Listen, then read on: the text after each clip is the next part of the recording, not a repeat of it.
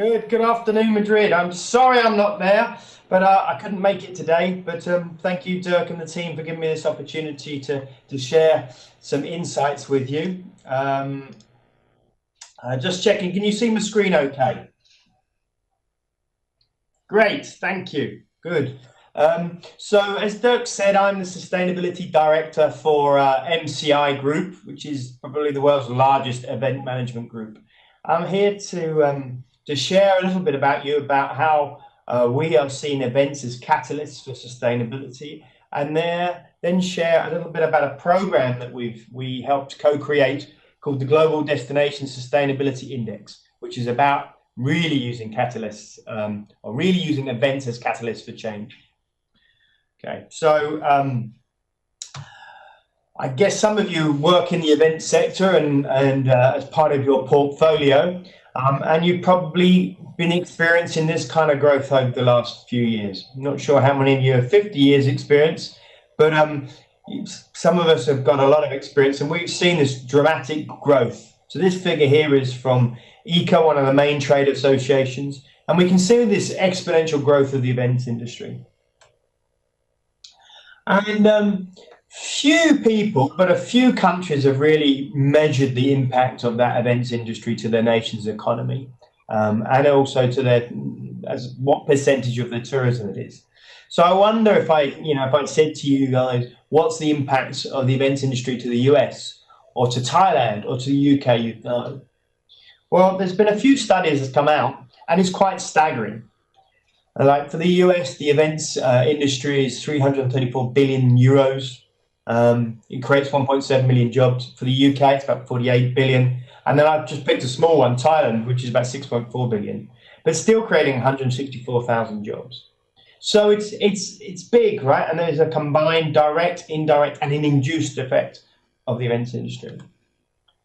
But this impact goes far beyond tourism. When we look at those numbers, we can see that only about 50% of the direct expenditure was on tourism-related services. So 50% is on non-tourism related services. Okay, the impact then goes much further, goes much farther, especially if you consider that events touch all industries, because they're all about all different subjects and hosted by all different industries. So what we've seen now that events are catalyzing much more than economic growth. Great to have the economic growth, but if you kind of relate those to the SDGs, we can see that it's really affecting the people, the planet, and the prosperity of nations and of cities. We can see how it's creating intellectual capital, how it's inspiring innovation, how events are attracting investment, how events are promoting fairer treatment of staff and catalyzing social development. We can see how events are catalyzing more sustainable infrastructure, operational processes, etc.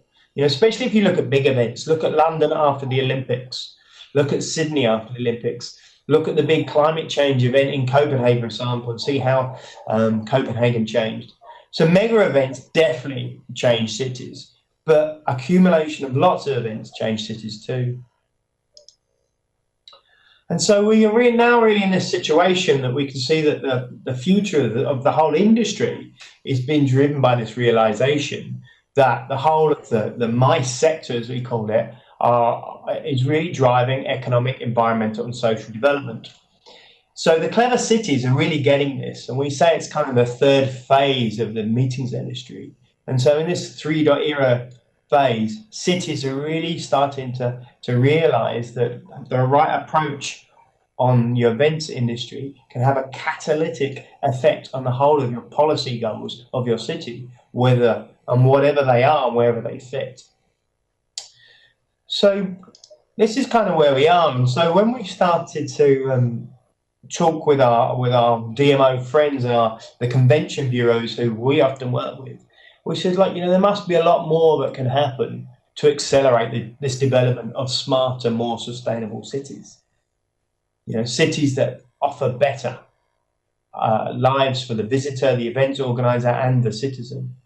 So we realized that there was opportunity to create some more change. So with a group of cities in Scandinavia, we started a project to create a sustainable meetings region, a sustainable events region throughout the 5 cities of Scandinavia. And we started this in 2012, and the project had so much success that in 2016 we launched it as a global initiative. So I'm just going to overview a little bit about what this program is and how this works as a catalyst. So the GDSI, as we call it, the GDS Index, is a collaborative business initiative, and it's really to help destinations, primarily the Destination Management Organization, or the CVB, the Convention Bureau, to really improve how they create strategy and roll out strategy, how they promote themselves as a sustainable destination, and how they get recognized by the buyers and the clients. And so this is a program that was set up by ICA, which is one of the largest associations in the events industry, by my company, MCI, by European Cities Marketing, who you probably know as a major DMO association, and IMEX Group, which is a trade show, and one of the key ones. So today after a year and a half of operation, we have 40 cities a part of the project. Our goal is to have 100 cities. And it's really to create this network, a collaboration of cities who want more, who want to get better, a collaboration of leaders.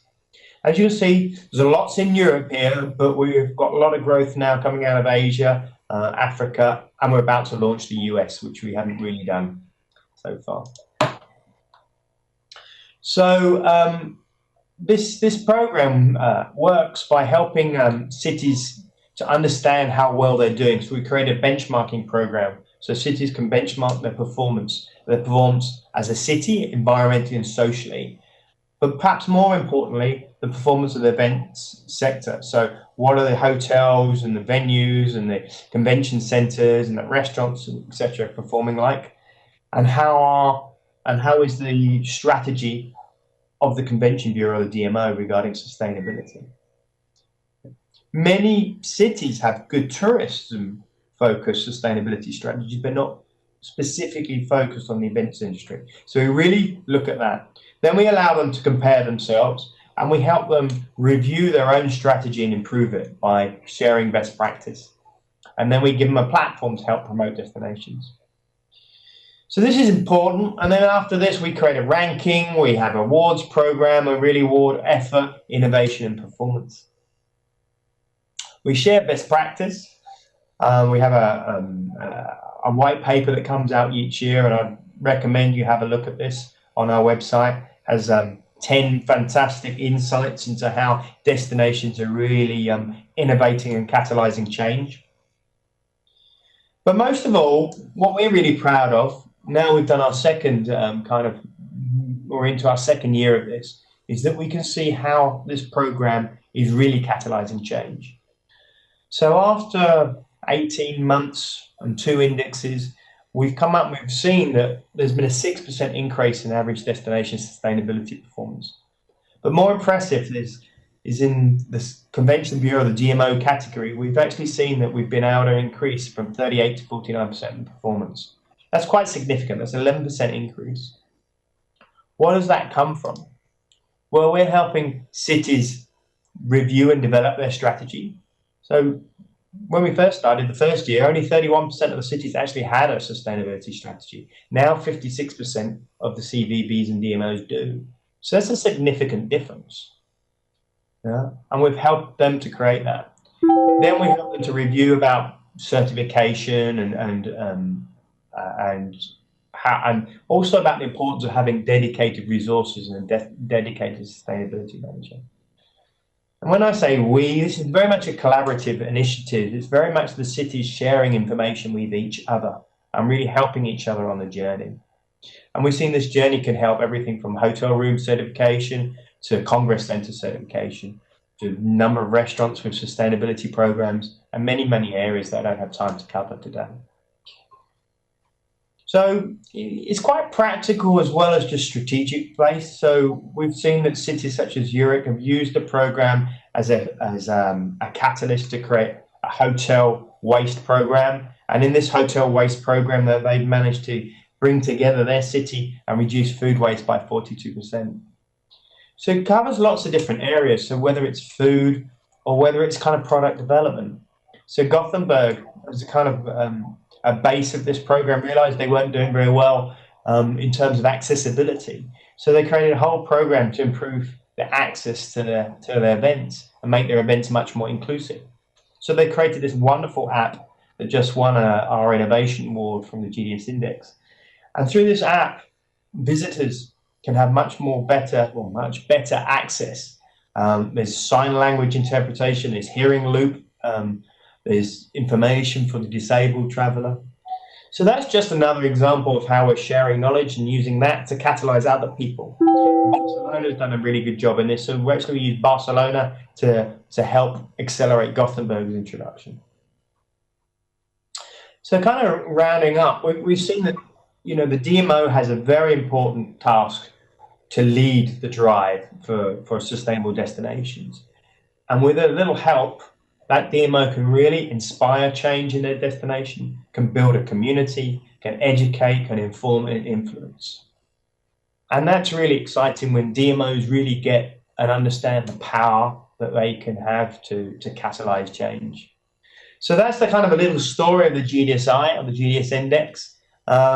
You can get more information on ddsindex.com.